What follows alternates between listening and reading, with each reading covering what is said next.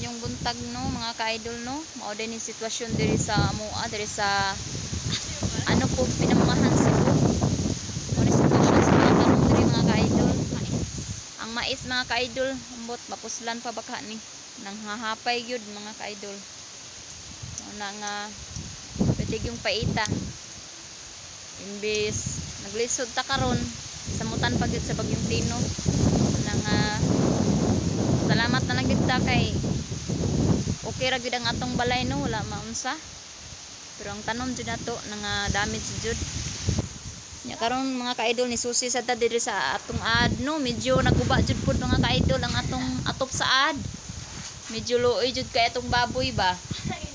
Mas kaluoy ba lang sa atong mga alaga mga ka-idol. No, naguba jud ang atop. Medyo kusog jud si Tino. Bagsik jud si Tino mga ka-idol. Ang akong mga baboy nga alaga. Kuan lang in town, nagpadaplin lang gid in town.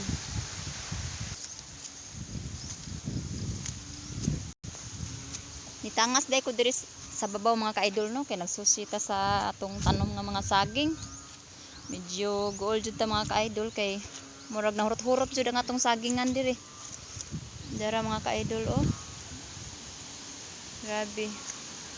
Grabe ka bagsik jud sa bagyong Tino mga ka-idol. Hurot-hurot jud ang among saging. Nga na ba gyud ta next. Ano diri oh mga ka-idol. Pait ba lang jud pero salamat lang gyapon ta sa Ginoo kay ang tanom ra may nga damage. Importante ang atong kinabuhi maluwas ta. Oh, mao ni mga ka-idol oh, grabe damage jud. Grabe ang saging hurot-hurot. Mura.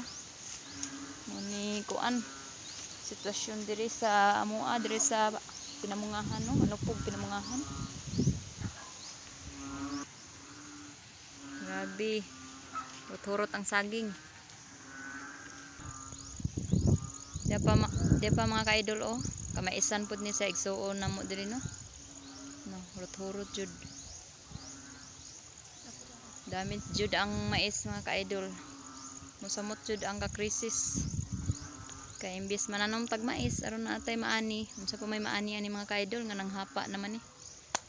Dara oh. Tupay sagingan. Pero